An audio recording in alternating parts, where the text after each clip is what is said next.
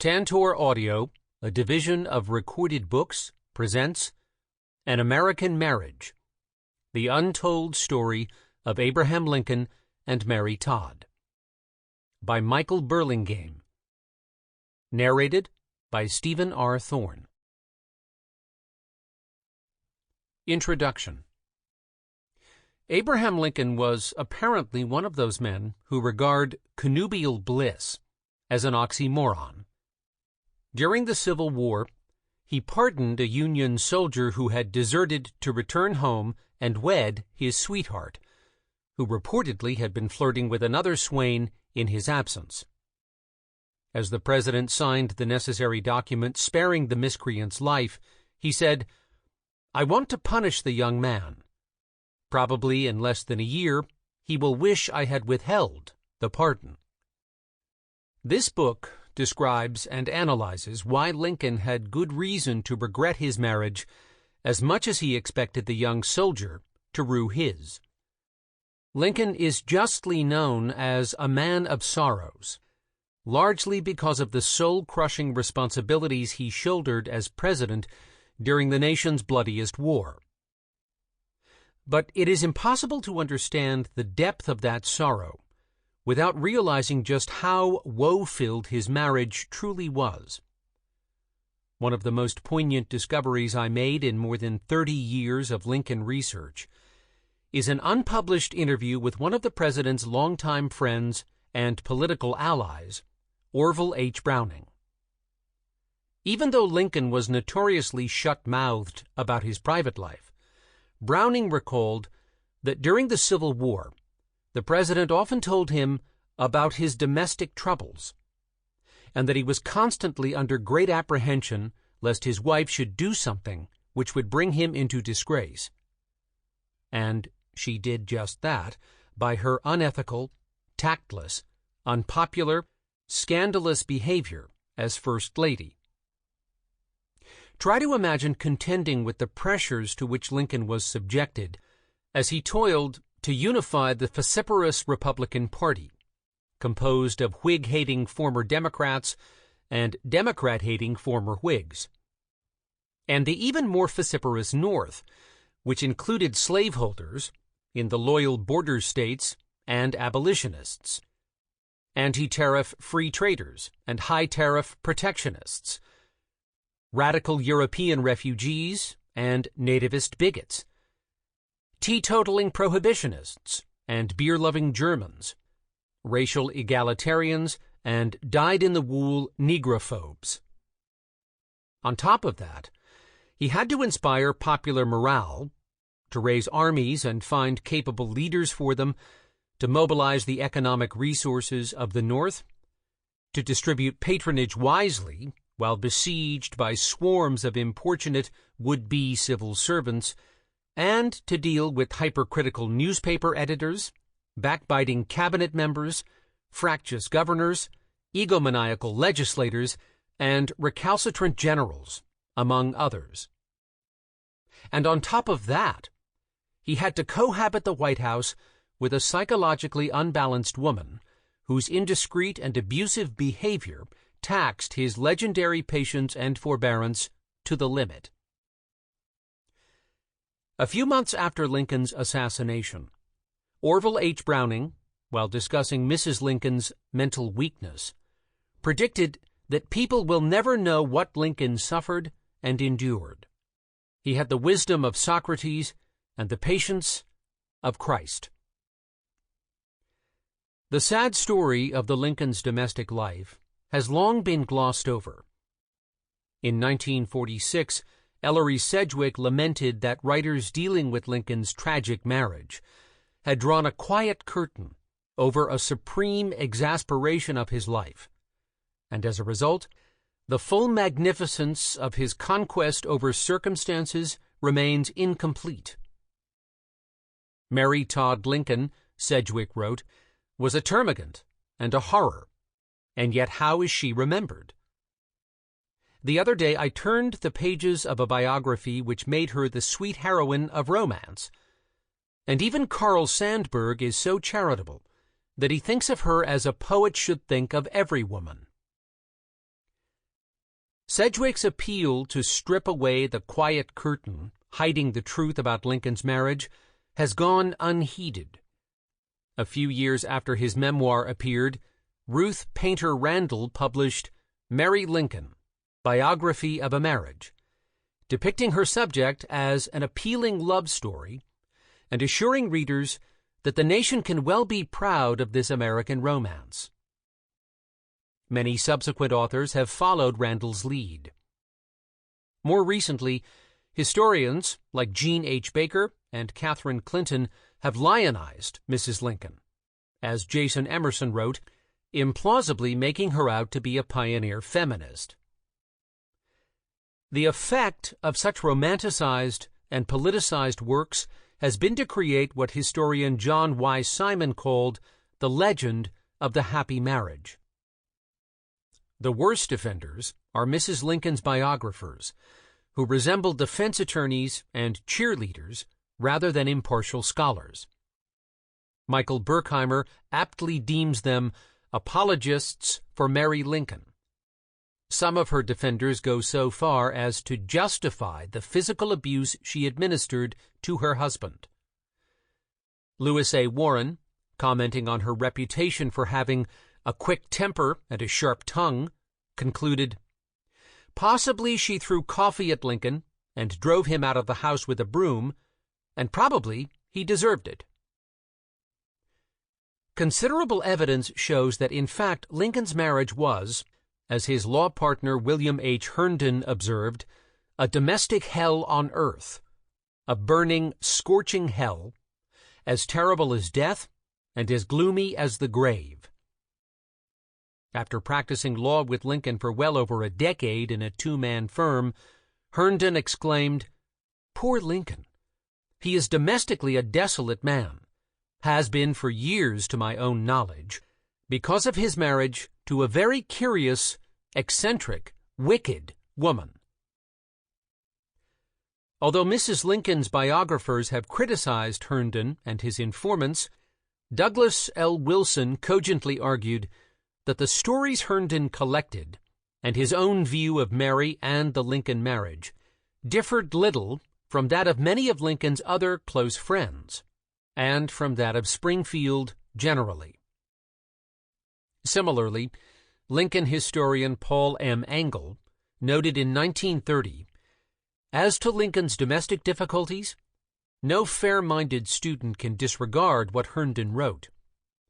The supporting testimony of other contemporaries is too overwhelming." That supporting testimony, far greater now than what was known in Engel's day, is indeed overwhelming, though it has not been systematically collected and presented to the public, a function that the present book aims to serve. Thanks to the development of word-searchable databases, especially of newspapers, it is possible to learn much more about Lincoln's life in general, and his marriage in particular, than previous writers could. A great deal of the evidence adduced in this book comes from informants other than those whom Herndon consulted. The unflattering accounts of Mary Lincoln's character and behavior given by people who knew her are vast, but it might have been greater, for some potential informants refused to share what they knew about her. The best-placed informant was Harriet Hanks, who, as an adolescent, lived in the Lincolns' home for a year and a half soon after their wedding. But 2 decades later, she wrote to Herndon, "Any information that I can give you in regard to the loved and lamented Lincoln will be freely given, but I would rather say nothing about his wife. As I could say but little in her favor, I concluded best to say nothing." Lincoln's friend and sometime chess opponent, Judge Samuel H. Treat, similarly balked when an interviewer asked his opinion of Mrs. Lincoln. Beyond the simple admission that he was acquainted with her, coupled with the names of 3 or 4 other persons who, he claimed, could adequately describe her if they dared to, he declined to commit himself. Mary Nash Stewart, the wife of Lincoln's first law partner, was equally reticent. When asked about Mary Lincoln, whom she did not like, she refused to say more than, "Oh, she was a Todd." Eliza Francis, wife of Lincoln's close friend Simeon Francis, could have shared much information about Mary Todd, but refused to do so. Her niece, Marietta, perhaps relaying what Aunt Eliza told her, stated that Mary Todd made Lincoln's life miserable. Though Herndon originally portrayed Mary Lincoln unfavorably, in his later years he mellowed, insisting that the world does not know her, Mrs. L's sufferings, her trials, and the causes of things. I sympathize with her. Indeed, as her eldest sister Elizabeth, who was in effect her surrogate mother, told Herndon not long after Lincoln's death, "Mary has had much to bear, though she don't bear it well. She has acted foolishly, unwisely, and made the world hate her." Mary Lincoln did indeed have much to bear, so much that she is more to be pitied than censured. Her mother died when she was 6, and her father quickly remarried a younger woman who disliked Mary and her siblings.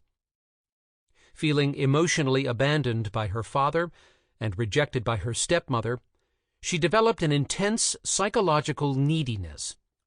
She did not ask to have a childhood that she called desolate, nor to inherit the gene for bipolar disorder, nor to endure migraine headaches for much of her adult life, nor to suffer from premenstrual disorders, nor to lose 3 of her 4 children before they reached adulthood, nor to have her husband murdered by her side at the height of his popularity and influence. As Elizabeth Cady Stanton observed in 1869, Mrs. Lincoln should call out our sympathy rather than denunciation. Her unhappy organization, a tendency to insanity, for which she is not responsible, increased and aggravated by the great sadness of her husband, which rested like a dark cloud most of the time on his household, furnish a sufficient excuse for many of her idiosyncrasies of character. This book attempts neither to excuse nor to denounce Mary Lincoln, but rather to describe accurately and fully her marriage and her idiosyncrasies of character, and to make the latter understandable. In trying to comprehend why the Lincolns' marriage was so woe-filled, one should bear in mind that the depressive, emotionally reserved, and uncommunicative Lincoln was far from an ideal husband. As his wife said, despite his deep feeling and amiable nature, he was not a demonstrative man. When he felt most deeply, he expressed the least. Others concurred. Mary's sister, Elizabeth Todd Edwards, deemed Lincoln a cold man with no affection. That said, it must be acknowledged that Mary Lincoln's behavior helped make her husband truly a man of sorrows. Some of the material included in this book originally appeared in my earlier books. The present work offers a considerably expanded, updated, and revised version of that material. The extensive reference notes can be accessed at the website of the University of Illinois Springfield, uis.edu. In quoting sources, I have reproduced the spelling and punctuation in the original. To convert mid-19th century dollar amounts into the rough equivalents of 2021 dollars, multiply by 30. Thus, Lincoln's salary of $25,000 in the Civil War would be worth circa $750,000 in 2021. Part 1. The Courtship, 1839 through 1842. Chapter 1. Girl Meets Boy, 1839 through 1840. At the age of 30, a tall, wiry, up-and-coming Illinois lawyer-politician, Abraham Lincoln met a short, plump, 20-year-old, well-educated Kentucky belle, Mary Todd, the cousin of his law partner, John Todd Stewart. He initially encountered her shortly after she had left her family home in Kentucky to live in Springfield, Illinois, with her eldest sister and surrogate mother, Elizabeth, and her husband, Ninian Edwards, son of Illinois' first governor. At parties in the Edwards home on Aristocracy Hill, Mary Todd flirted with young men searching for a wife. At the time, Springfield had a dearth of eligible young women. The courtship begins. During the social whirl that accompanied sessions of the Illinois General Assembly, Mary Todd was popular, even though she was not what you could call a beautiful girl, as a schoolmate remembered. A young man from Springfield termed her the very creature of excitement, who never enjoys herself more than when in society and surrounded by a company of merry friends. Among those friends was Kentuckian Joshua Speed, a merchant in his mid-20s. To social events on Aristocracy Hill, Speed brought along a fellow Kentuckian, his lanky friend and roommate, Abraham, and so Lincoln began seeing Mary during the winter of 1839 through 1840. Elizabeth Edwards at first encouraged a budding romance, for she considered Lincoln a rising man, and thus a possible mate for her sister Mary. As time passed, however, Elizabeth had second thoughts, for he lacked basic social graces. She reported that he could not hold a lengthy conversation with a lady, was not sufficiently educated and intelligent in the female line to do so.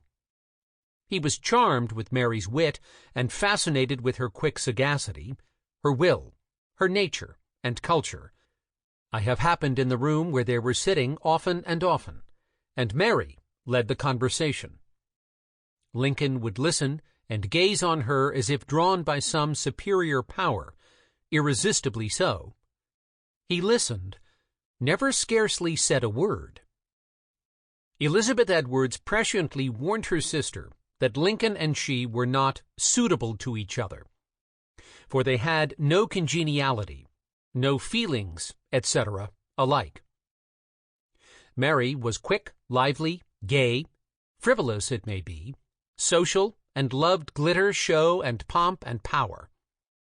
Elizabeth and her husband told Lincoln and Mary not to marry because they were raised differently. Their natures, mind, education, raising, etc., were so different they could not live happily as husband and wife. Sharing their skepticism was Mary Todd's cousin Stephen T. Logan, who warned her that Abraham was much too rugged for your little white hands to attempt to polish. But Mary thought that if another of her cousins, John Todd Stewart, found Lincoln to be a suitable law partner, perhaps this Lincoln might also be a suitable life partner. In Springfield, Lincoln was variously described as a mighty rough man, uncouth, moody, dull in society, badly dressed, ungainly, careless of his personal appearance, as well as awkward and shy. Soon after moving to the Illinois capital in 1837, he said that he avoided church because, "I am conscious I should not know how to behave myself." His manners were indeed somewhat oafish. Shod in heavy Conestoga boots, he would enter a ballroom and exclaim, "How clean these women look!" In the opinion of Mary Owens, whom he had courted before he met Mary Todd, Lincoln was deficient in those little links which make up the great chain of woman's happiness. Unsurprisingly, young ladies in Springfield shied away from Lincoln. We girls, Catherine Bergen Jones remembered, maneuvered so as to shift on each other the two awkward, diffident young lawyers, Abraham Lincoln and Samuel H. Treat. Lincoln briefly dated Mary's older sister, Frances, who recalled that he took me out once or twice, but he was not much for society.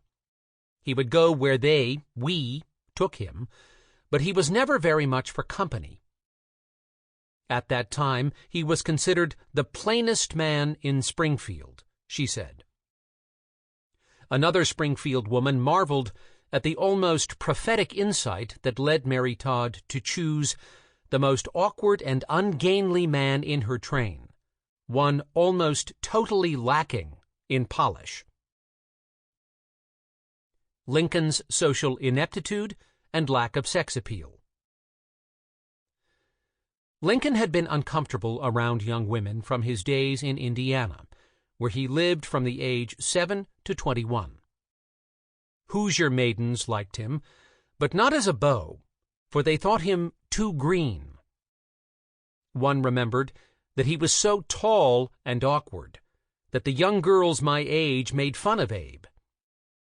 Although he tried to go with some of them, they would give him the mitten every time, because he was so tall and gawky. Another young lady complained that he just cared too much for books. Similarly, in Macon County, Illinois, and later in New Salem, locales where Lincoln dwelt from the age of 21 to 28, young women thought he was not much of a beau. One described him as a very queer fellow, homely, awkward, and very bashful. At social events, he never danced or cut up. Although in Indiana, Lincoln had refused to dance, explaining that my feet weren't made that way, later, in Illinois, he managed to overcome his shyness enough to approach Mary Todd at a party, allegedly saying, "I want to dance with you in the worst way." She accepted his invitation, but his Terpsichorean ineptitude was so pronounced that she told him afterwards, "Mr. Lincoln, I think you have literally fulfilled your request. You have danced in the worst way possible." Mary Todd's determined pursuit of Lincoln. Despite that inauspicious beginning, Mary Todd pursued Lincoln, though just how she did so is unclear. In 1875, Lincoln's good friend Orville H. Browning said, "I always thought then and ever since that in her affair with Mr. Lincoln, Mary Todd did most of the courting." Browning added that Miss Todd was thoroughly in earnest in her endeavors to get Mr. Lincoln, and that there was no doubt of her exceeding anxiety to marry him. Browning knew whereof he spoke, for, as he told an interviewer, "In those times I was at Mr. Edwards a great deal, and Miss Todd used to sit down with me and talk to me sometimes till midnight about this affair of hers with Mr. Lincoln." Sarah Rickard, sister-in-law of Lincoln's friend and host William Butler, at whose Springfield home/boarding house Lincoln took his meals for several years, recalled that Mary Todd certainly made most of the plans and did the courting, and would have him, Lincoln, whether or no. Joshua Speed, Lincoln's closest friend, testified that Miss Todd wanted L terribly. To impress Lincoln, she read much and committed much to memory to make herself agreeable, according to a member of the Springfield elite. At first, Mary Todd's strategy worked. Lincoln reportedly admired her naturally fine mind and cultivated tastes, for she seemed like a great reader and possessed of a remarkably retentive memory, was quick at repartee, and when the occasion seemed to require it was sarcastic and severe. Her brilliant conversation, often embellished with apt quotations, made her much sought after by the young people of the town. Her friends looked upon her as a well-educated girl of bright and attractive manner, when she was not stirred to sharp rejoinder. William Herndon, Lincoln's law partner and biographer, recollected that before she wed, Mary Todd was a very shrewd girl, somewhat attractive, a fine judge of human nature, as well as polite, civil, rather graceful in her movements, polished, intelligent, well-educated, a good linguist, a fine conversationalist, highly cultured, witty, dashing, and rather pleasant. Lincoln's friend and physician William Jayne called her a woman of quick intellect, a bright, lively, plump little woman, a good talker, and capable of making herself quite attractive to young gentlemen. Lincoln was doubtless impressed that she knew her townsman Henry Clay, Lincoln's beau ideal of a statesman. Clay and Mary's father were good friends in Lexington, Kentucky. Moreover, Lincoln may have been drawn to Mary's youthful qualities. A woman speculated that Lincoln saw in his wife, despite her foibles and sometimes her puerilness, just what he needed. In all likelihood, it was because of that puerilness, rather than despite it, that he was attracted to her.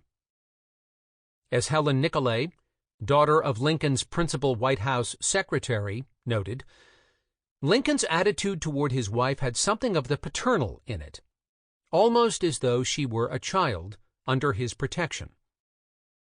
Indeed, Lincoln had a deep-seated paternal quality that made him enjoy children and child surrogates, and Mary Todd fit the latter role well. According to one of her more sympathetic biographers, Ruth Painter Randall, Mary Todd aroused the paternal instinct that was always so strong an element in his makeup. Randall noted that in some ways Mary Todd never grew up and had a timidity and childlike dependence upon the strength and calmness of others. As First Lady, she was, in Randall's view, a child in the hands of unscrupulous men, and was as defenseless as a trusting child among the scheming women of Washington society. After she was married, nothing pleased her more than having her husband pet and humor her, and call her his child wife.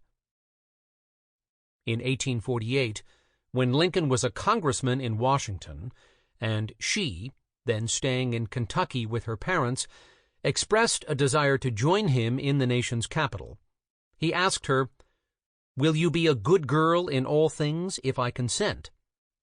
2 decades later, Mary Lincoln described her husband as always a father to her. Her best friend during Lincoln's presidency, Elizabeth Keckley, wrote that when he saw faults in his wife, he excused them as he would excuse the impulsive acts of a child. Mary's keen desire to wed Lincoln caused her to overlook much, for she had a bitter struggle with herself whenever he would carelessly ignore some social custom or forget an engagement. He occasionally failed to observe the conventionalities of society, much to her annoyance. When she criticized him for committing some faux pas, he would look at her quizzically, as though to say, "How can you attach such great importance to matters so trivial?" Nonetheless, Mary Todd kept pursuing him. The two could have been seen together in Springfield throughout the first quarter of 1840, but they were apart from April to November. He was then practicing law on the 8th Judicial Circuit and campaigning for the Whig Party throughout southern Illinois, while she spent much of that summer in Missouri visiting relatives. So they courted through the mail. According to Joshua Speed, Lincoln wrote his Mary, she darted after him, wrote him. Sometime in the late fall of 1840, Abraham and Mary evidently became engaged, though there was no ring, no public announcement, no shower, and no party. Lincoln seems to have proposed because he desired a child wife, and because he evidently believed she wanted him to do so. Mary's parents shortchange her emotionally. Sample complete. Ready to continue?